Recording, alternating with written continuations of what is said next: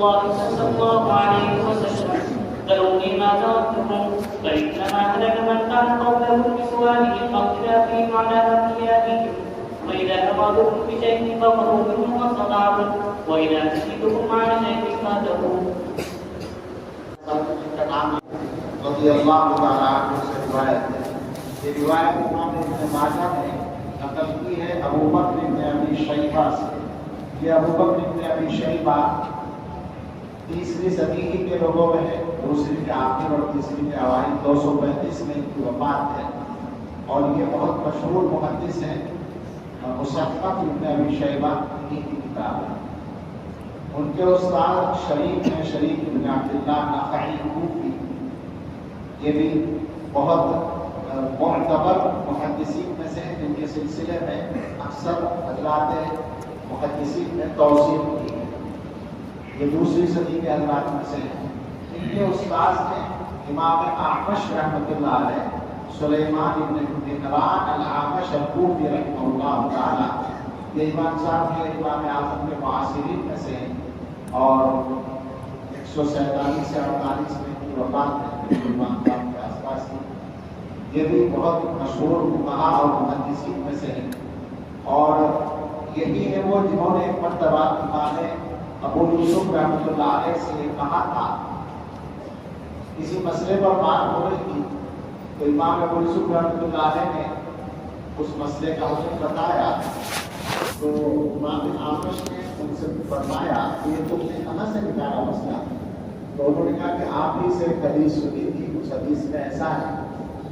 تو انہوں نے کہا کہ بھائی تمہاری پیدائش سے پہلے سے میں یہ حدیث جانتا ہوں.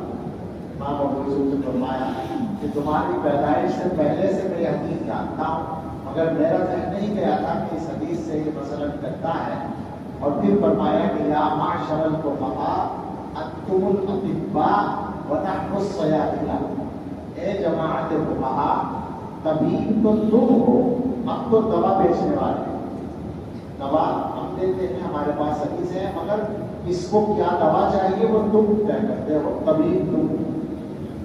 یہ ہے امام اعمش رحمۃ اللہ علیہ. ان کے استاد سے ابو صالح, ان کا نام ذکوان ہے, امام تابعین میں سے ہیں اور بڑے معتبر اور حدیث کے موثوق راویوں میں سے. ان کے استاد ہیں امام المحدثین سیدنا ابو ہریرہ رضی اللہ تعالیٰ عنہ. حضرت ابو ہریرہ رضی اللہ تعالیٰ عنہ کے سلسلے میں بس اتنا ہی کافی ہے کہ وہ ابو ہریرہ وہ حضرت نبی اکرم صلی اللہ علیہ وسلم دعائیں پائے ہوئے ابو ہریرہ وہ ہیں کہ جو 4 سال کی صحبت میں سب سے زیادہ حدیثیں روایت کرنے والے بن گئے. 5374 احادیث ان سے نقل ہیں. کل حدیث ابو ہریرہ را شمار 5674. یہ شعر یاد رکھیں تو آسان ہوتا ہے. ہمارے استاد نے حضرت مولانا رئیس الدین صاحب رحمۃ اللہ علیہ جن سے اپنے گنگوں میں پڑھا اور بعد میں مطالعوں کے شعر الحدیث میں وہ خلیفہ تھے حضرت مولانا اسد اللہ صاحب رحمۃ اللہ علیہ کے. مولانا اسد اللہ صاحب کا یہ شعر ہے. مولانا اسد اللہ صاحب جو تھے حضرت قادری رحمۃ اللہ علیہ کے خلیفہ تھے اور شیخ زکریا رحمۃ اللہ علیہ کے بالکل سبق بھی تھے اور ناظم مظاہر لوگ تھے اور اتنی باکمال شخصیت تھی. جتنے گمنام ہیں اتنے ہی باکمال ہیں. اکثر لوگ نہیں جانتے ان کا نام.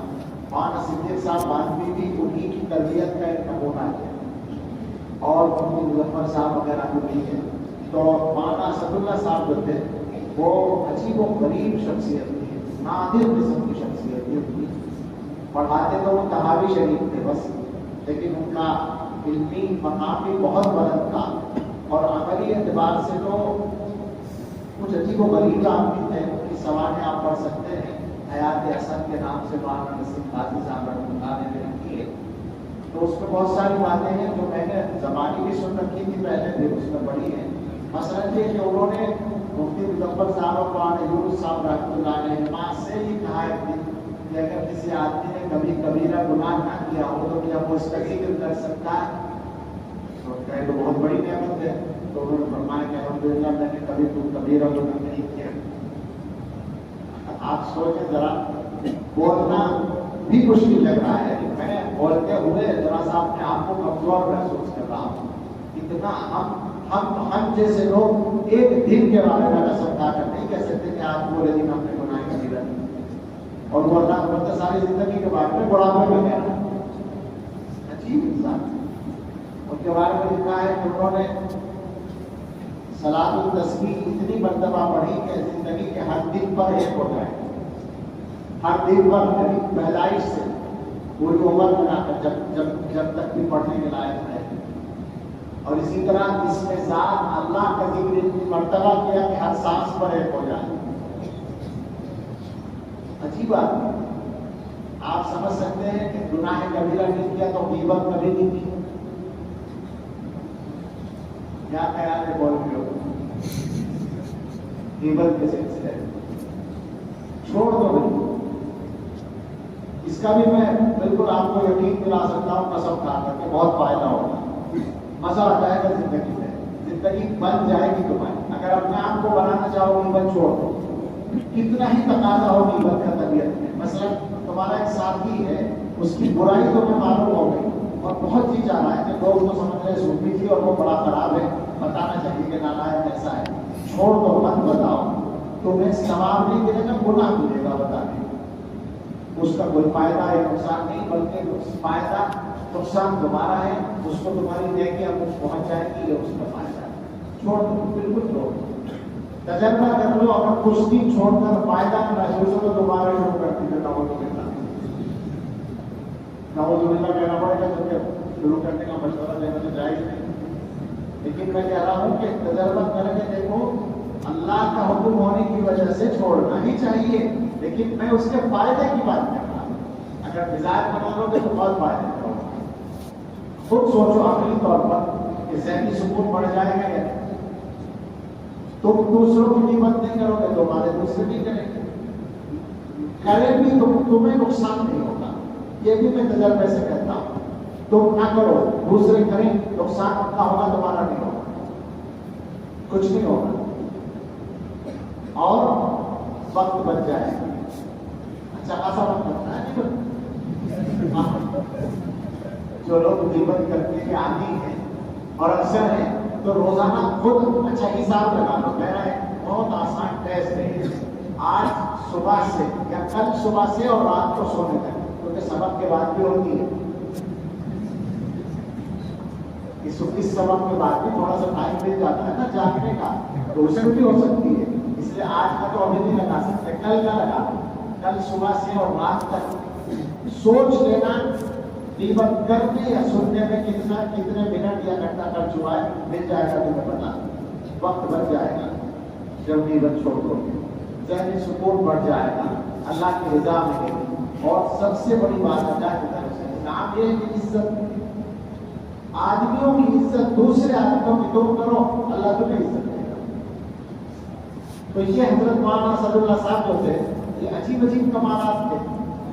بے تکلف شعر کہہ دیتے تھے اور یہ فرماتے تھے کہ اگر میں چاہوں تو سارا کلام اشعار میں کر سکتا ہوں, لیکن یہ شان نہیں ہوگا. معلوم تو اس کا یہ شعر ہے, کن حدیث, کن فارسی کا لفظ ہے, کن حدیث ابو ہریرہ را شمار, پنج الفو سے صدوں ہفتہ رچا, 5164. مشکات کی احادیث کی تعداد انہوں نے احادیث مشکات کا سن شمار جو 55 ہو زائد تو ہو 6000, 5945 حدیثیں ہیں مشکات میں, 55 اور ہو تو 6000 بن جائے گا. احادیث مشکات کا سن شمار جو 55 ہو زائد تو ہو 6000. بہت سادہ تھے اور بہت ہی نورانی. میرے والد صاحب رحمۃ اللہ علیہ حضرت مدنی کے بعد شیخ زکریا رحمۃ اللہ علیہ سے متعلق سے وہاں جاتے تھے تو حضرت ان سے بھی ہمیشہ ملاقات ہوتی تھی اور وہ میرے والد صاحب سے نماز پڑھواتے ہیں. کارٹون میں جب یہ آئے افغانستان کے بادشاہ ظاہر شاہ, بابو ظاہر تو بنا ہے خالد ایوب صاحب رحمۃ اللہ علیہ کے حکیم الاسلام کے دور افغانستان کے بعد, یہ پہلے بنا. 1358 ہجری لکھا ہوا ہوگا شاید، ادھر ہے نا ادھر اشارہ۔ اچھا یہاں تو ہم نے کھیت دیکھے ہیں جہاں بیٹھے ہوئے کھیتی ہوتی تھی وہ، تو بابو ظاہر تو اس وقت بنا، پھر 1378 ہجری میں ظاہر شاہ دیوبند آئے اور حضرت مدنی رحمۃ اللہ علیہ کا انتقال 1377 میں ہو گیا تھا۔ تو جب ظاہر شاہ کے آنے کا طے ہوا تو حضرت اسلام حضرت قاضی طیب صاحب رحمۃ اللہ علیہ نے شیخ زکریا رحمۃ اللہ علیہ کو خط لکھا، وہ بالکل ہم عمر تھے شیخ حضرت اسلام، اور حضرت مدنی رحمۃ اللہ علیہ کے بعد تصوف اور حدیث کے اعتبار سے ان کی ترجیحیت، تو قاضی طیب صاحب نے لکھا کہ حضرت مدنی کا انتقال ہو گیا ہے، اب کوئی بھاری بھرکم شخصیت اس طرح کی نہیں ہے، تو اور وہ آ رہے ہیں بادشاہ، تو آپ آ جائیں گے۔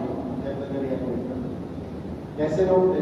شیخ نے جواب میں لکھا کہ مجھے تو بھیڑ بھاڑ سے وحشت ہو، میں ناظم صاحب کو بھیج رہا ہوں، یعنی مولانا صد اللہ صاحب، چنانچہ یعنی دعوت ان کو دی ہے اور وہ کہہ رہے ہیں کہ میں ان کو بھیج رہا ہوں، چنانچہ مولانا صد اللہ صاحب کہنے سے آگے شیخ عادتاً لنگی پہنتے تھے، تو اس دن جو ہے خاطبوں نے یہ کہا کہ آج پاجامہ پہن کے جائیں گے بادشاہ کے، ان کی ملاقات کے لیے جا رہے ہیں، تو پھر وہ بکسا نکالا گیا، اس میں پاجامہ تلاش کیا گیا، تو جو پاجامہ صحیح لگا وہ پاجامہ پہن کے ہوتے دیوبند تشریف لائے۔ ایسے لوگ تقریباً 1978 میں شاید ان کا انتقال ہوا ہے۔ تو میں یہ عرض کر رہا تھا، ترجمہ کہتے ہیں آدھا گھنٹہ موضوع سے ادھر اور ادھر ساری دنیا میں چکر لگانے کے بعد کہتے ہیں میں یہ عرض کر رہا تھا، حالانکہ کہیں بھی نہیں عرض کر رہے، وہ پٹی بدلنے کے لیے عام طور پہ یہ لفظ استعمال کرتے ہیں، کبھی کبھی موضوع پر واپس آنے کے لیے کرتے ہیں۔ تو میں موضوع پر آنے کے لیے کہہ رہا ہوں کہ میں یہ عرض کر رہا تھا کہ حضرت ابو ہریرہ رضی اللہ تعالیٰ عنہ کی جو شخصیت ہے وہ عجیب و غریب شخصیت ہے۔ حضور علیہ الصلوۃ والسلام سے جو ان کو دعا ملی اس کی برکت ان کی زندگی میں بالکل نمایاں ہے، اور اس کی وجہ سے سارے صحابہ سے زیادہ احادیث اللہ تعالیٰ نے ان کے ذریعے محفوظ کرائی۔ آپ نے شاید پہلے پڑھا بھی ہو یا سنا ہو یا کچھ نہ کیا ہو، دونوں باتیں تو سنتی ہیں، نہ پڑھا ہو نہ سنا ہو، مگر ہم آپ کے احترام میں کہہ دیا کرتے ہیں کہ آپ نے پڑھا ہوگا کہ حضرت ابو ہریرہ رضی اللہ تعالیٰ عنہ کے نام کے سلسلے میں اتنا اختلاف ہے کہ بعض محدثین نے یہ کہا کہ زمانہ جاہلیت اور اسلام میں کسی کے نام میں اتنا اختلاف نہیں ہوا۔ مشہور قول یہ ہے کہ 20 اقوال، اور علامہ نووی نے 35 تک کہہ رکھا ہے۔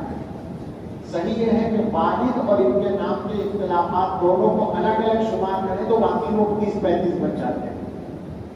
آسان اور مشہور قول ہے کہ عبد الرحمن نام ہے، اور بعض اور بھی اقوال ہیں، بہت زیادہ اقوال ہیں، لیکن کیا ضرورت ہے کسی اصل نام جب سید الاولین والآخرین صلی اللہ علیہ وسلم کا دیا ہوا نام مل گیا ابو ہریرہ، تو اور کسی نام کی کیا ضرورت ہے؟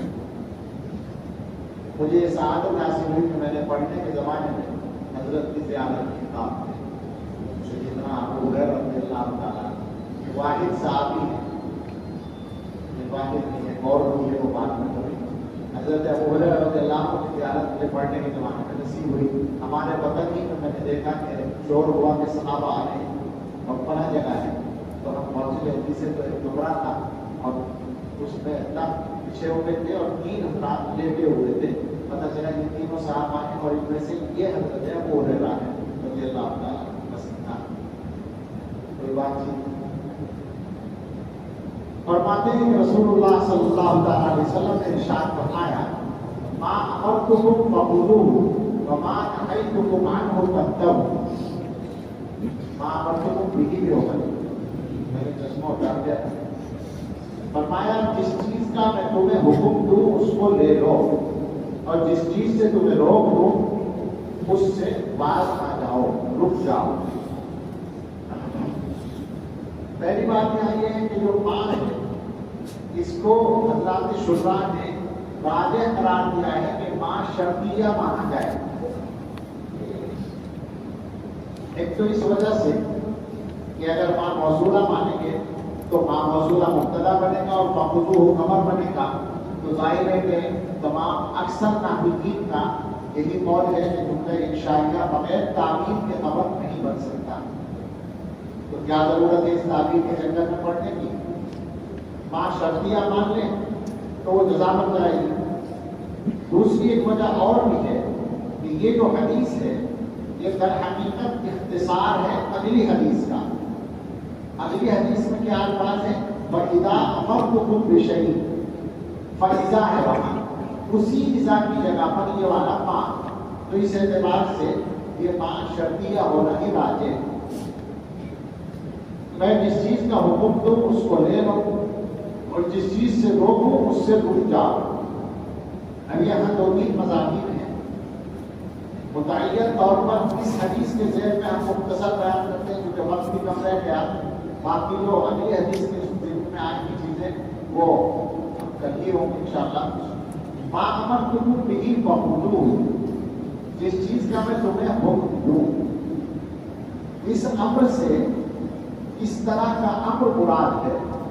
بعض حضرات نے کہا کہ جو امر کا اصل معنی اور مقتضا ہے وجوب، وہ مراد ہے، لیکن محققین یہ فرماتے ہیں کہ اسی کے ساتھ کیوں خاص کرتے ہیں؟ ماں امرتکم بہ کا مطلب ہوگا میں جس چیز کا حکم دوں جس طرح دوں، تو جیسا حکم ثابت ہو ویسا ہی اس پہ عمل کرنا ہوگا۔ اب ظاہر بات ہے کہ اگر کوئی آدمی واجب پر عمل کرے، ماں امرتکم بہ کے سلسلے میں یہ سمجھے کہ واجب پر عمل کرنے کا حکم ہے اور مستحب پر عمل نہ کرے، تو اتباع کہاں ہوگا؟ اتباع کے لیے ضروری ہوگا کہ رسول اللہ صلی اللہ علیہ وسلم کے امر پر مطلق حکم کو عمل کیا جائے، جیسا امر جس چیز کا ثابت ہو۔ اسی طرح وما نہیتکم عنہ فانتہوا، جس چیز سے میں روکوں اس سے رک جاؤ، اس سے باہر آ جاؤ۔ یہ بھی اسی طرح ہے کہ نہیں جس طرح کی بھی ہو، تحریم کے درجے کی نہیں ہو تو اسی درجے میں بچنا ہے، اور تنزیہ کے درجے کی نہیں ہو تو اسی درجے میں بچنا ہے، جیسی نہیں ہو ویسا ہی اس پر عمل کرنا ہے۔ یہاں سے ایک مسئلہ اللہ نے سنا ہے اور نکالا کہ جب حضور فرما رہے ہیں کہ جس چیز سے میں روکوں اس سے رک جاؤ، اس کا مطلب ہے کہ جس چیز سے نہ روکیں اس سے رکنے کی ضرورت نہیں۔ تو معلوم یہ ہوگا کہ اشیاء میں اصل اباحت ہے، یہ اصول یہاں سے نکلے گا۔ عام طور پر یہ اصول ائمہ کے پہلے سے معلوم ہے کہ اشیاء میں اصل اباحت ہے۔ شریعت میں جس چیز سے نہیں آ جائے وہ ممنوع ہو جائے گی، جس درجے میں نہیں ہو جائے وہ ممنوع ہو جائے گی۔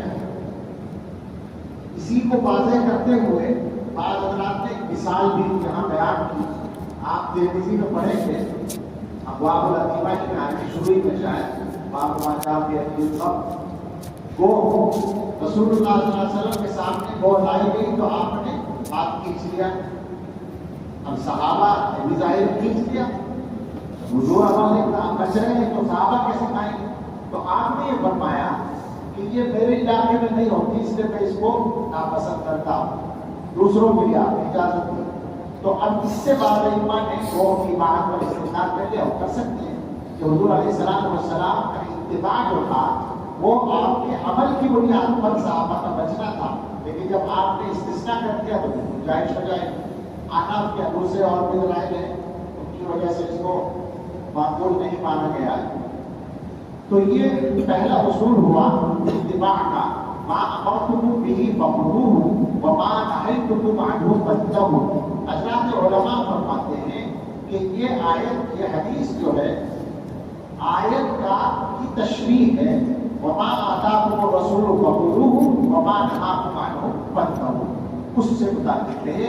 اور ما آتاکم الرسول میں ما اور زیادہ عام ہے، کیونکہ اس کے الفاظ ہیں ما آتاکم، رسول تمہیں جو کچھ دے، آتا بمانا اعطا، رسول جو کچھ تمہیں عطا فرمائے وہ دے دو۔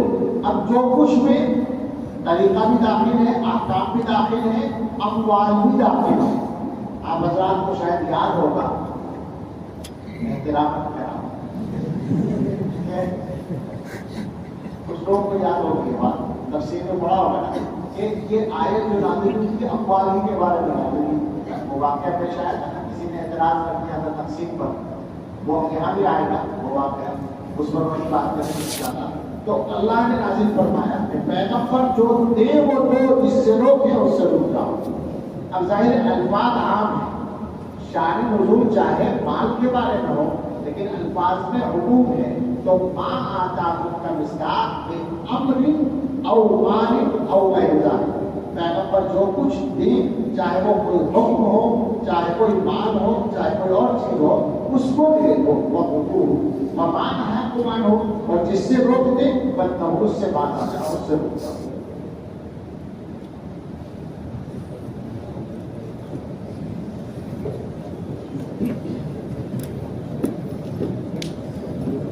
ماجہ کو حل کرنے کے لیے کون سی شرح کا مطالعہ کریں؟ حقیقت یہ ہے کہ اب تو کہا جا سکتا ہے کچھ چیزیں آ گئی ہیں، ورنہ تو کچھ عرصہ پہلے تک کوئی ایک شرح نہیں تھی. حدیث کی ساری کتابوں کی شرحیں ابن ماجہ میں کام آتی ہیں، یعنی جو حدیث جہاں مل جائے اس کی شرح دیکھ لو، فتح الباری میں دیکھ لو، مرقات میں دیکھ لو، عمدۃ القاری میں دیکھ لو، فیض القدیر میں دیکھ لو، وغیرہ وغیرہ. لیکن اب ایک تو کل جس کا تذکرہ آیا تھا ادیباجہ مولانا کی الرحمان صاحب، اس میں کلام سند پر زیادہ ہے لیکن تشریح اور متن پر بھی بقدر ضرورت ہے، تو اس سے کام چل سکتا ہے اور واضح ہے، واضح ہے تو عربی میں مگر آسان ہے. ایک کتاب مطبوع آ گئی اب تک، لیکن میں اس کو دیکھتا ہوں، مطالعہ کرتا ہوں، ڈاؤن لوڈ کی ہے، مشارق الانوار الواقعہ، یہ کسی عرب عالم کی ہے اور مقدمے کی شرحی 4 جلدوں میں، وہ میں ضرور دیکھتا ہوں. اور اردو میں بھی 5 شرحیں ہیں. ایک بغدادی عالم کی شرح ہے، اس کا نام مطلب شرح میں مانے گے شاید، اور وہ مقدمے ہی کی ہے غالباً، آگے معلوم ملتی ہے شاید بازار میں مل سکتی ہے. بغداد کوئی عالم تھے، مجھے نام ان کا بھول رہا ہے، حضرت مولانا ریاست علی صاحب وغیرہ نے اس پر تقریر کی. اور بھی علماء نے اردو میں لکھا ہے، ہمارے مولانا قاسم قادری نے مراد آباد، انہوں نے بھی لکھی ہے ضیاء السنن شاید کا نام، وہ بھی اچھی ہے. اور اصل یہی ہے کہ عربی میں جو چیزیں ہیں ان کو مناظر کو دیکھو. اور دوسری بات یہ ہے کہ یہ میں اپنے مقام سے ہٹ کر بڑھ کر کہہ رہا ہوں کہ سبب میں جو کہا جائے لوگ میں آپ کے کیا اس کو بھی توجہ سے سننے